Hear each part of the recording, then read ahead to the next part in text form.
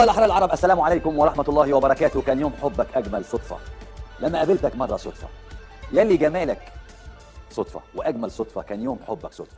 اوعى تفكر يوم تخاصمني أو تهجرني ولو بالصدفة، وإن صدفك يوم ابقى صالحني، ما تسيبنيش أستنى الصدفة. كان يوم حبك أجمل صدفة.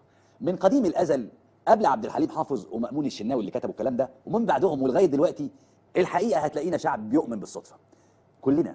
انما الحكام واهل الباور والسلطان ما بيستنوش الصدف لكن بيصنعوها، ما بيؤمنوش بيها لكن بيستغلوا ايمانك انت بيها.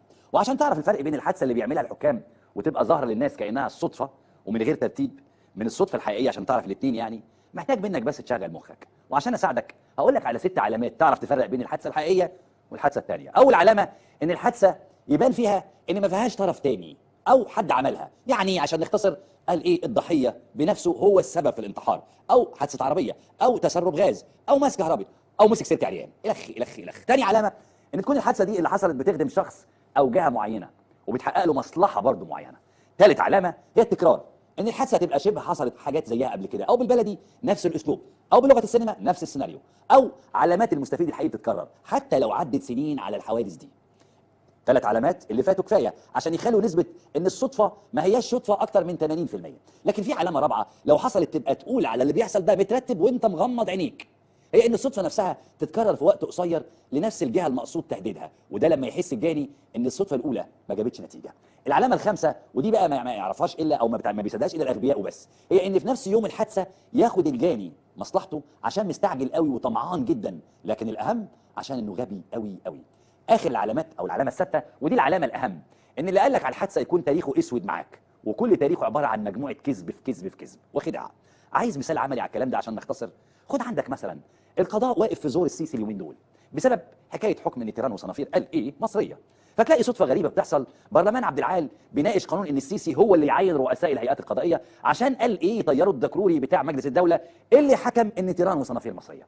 وبعدين صدفه ثانيه يتقبض على موظف كبير جدا مستشار بمجلس الدوله بتهمه الرشوه، وبعدين صدفه ثالثه يتقبض على الامين العام لمجلس الدوله بتهمه الرشوه، وبعدين الراجل ينتحر النهارده بكوفيه او جرافطه جوه الزنزانه، صدفه. وفي نفس اليوم يموت نائب رئيس محكمه النقد في حادثه غريبه برضه صدفه. وفي نفس اليوم يا جدع شوف الصدفه توصل اتفاقيه تيران وصنافير للبرلمان. ممكن تلاقي نفسك تروح على الحل السهل، ان انتحار سعاد حسني والليثي ناصف واشرف مروان وسليمان خاطر وكمال السنانيري وحوادث النهارده بتاعه القضاه صدفه، مجرد صدفه. وممكن تتعب نفسك شويه وتشتغل او تشغل عقلك، ساعتها هتعرف ان ابسط قواعد المنطق انك تشك ان الحوادث دي وراها جهات وناس ليها مصلحه. ما تاخدش اي حاجه على انها حقيقه مسلم بيها، ما تقولش انه مات منتحر او انه اتقتل غير لما تفكر وتتعب نفسك. ما تخليش حد بالبساطه يضحك عليك، القاضي انتحر او اتقتل مش مهم، المهم ان شعارك زي ما المصريين بيقولوا اللي اتلسع في الشوربه ينفخ في الزبادي، او المثل اللي اقدم منه يا ما دقت على الراس طبول.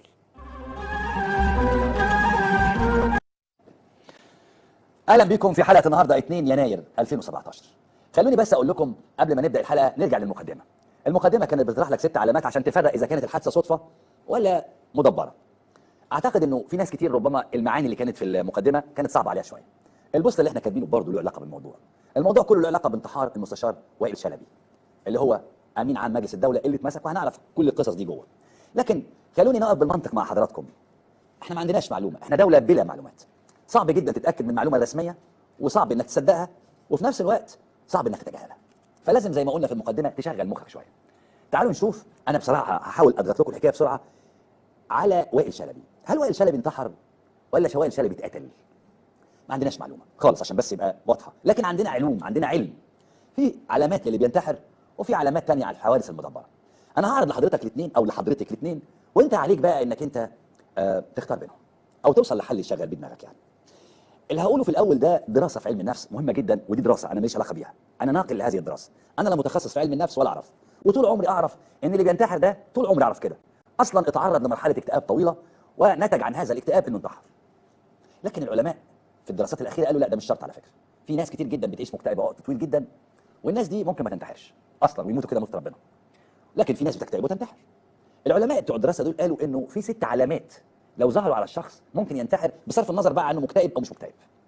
احنا قلنا 6 علامات عشان تعرف الحادثه مدبره ولا حادثه صدفه، قلناها في المقدمه. دلوقتي 6 علامات عشان تعرف الشخص ده ممكن ينتحر ولا لا. العلماء بيقولوا 6 علامات دي، اول علامه منها اللي هو مثلا بيقولوا انه عدم بلوغ التوقعات. ان الشخص يجد نفسه فجاه هناك فارق كبير جدا بين الامال والواقع.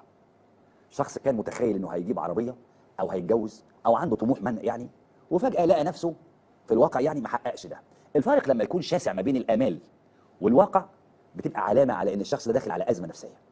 ماشي، ادي اول واحده. تاني واحده، اللي بيحصل للشخص لما بيحصل الفارق ما بين الامال والتوقعات والواقع، اللي بيحصل له انه مش كلهم طبعا، مش كل الناس، انما بعض الناس يعني المنتحر، لوم الذات، انه بيلوم ذاته، وينتقل من مرحله لوم الذات الى مرحله احتقار الذات، وينتقل من مرحله احتقار الذات الى شيطنه الذات، بيحس ان هو السبب وانه فاشل وان انا مش نافع واني ويفقد ثقته في نفسه، بل بالعكس يروح لانه يلوم ذاته شخصيا ويحتقرها ويشيطنها.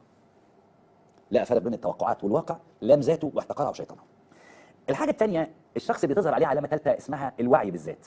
يعني ايه الوعي بالذات؟ يعني طول الوقت يبقى كلامه انا يكرر الضمير انا ده كتير جدا. الدراسه اللي بتقول كده مش انا الحقيقه.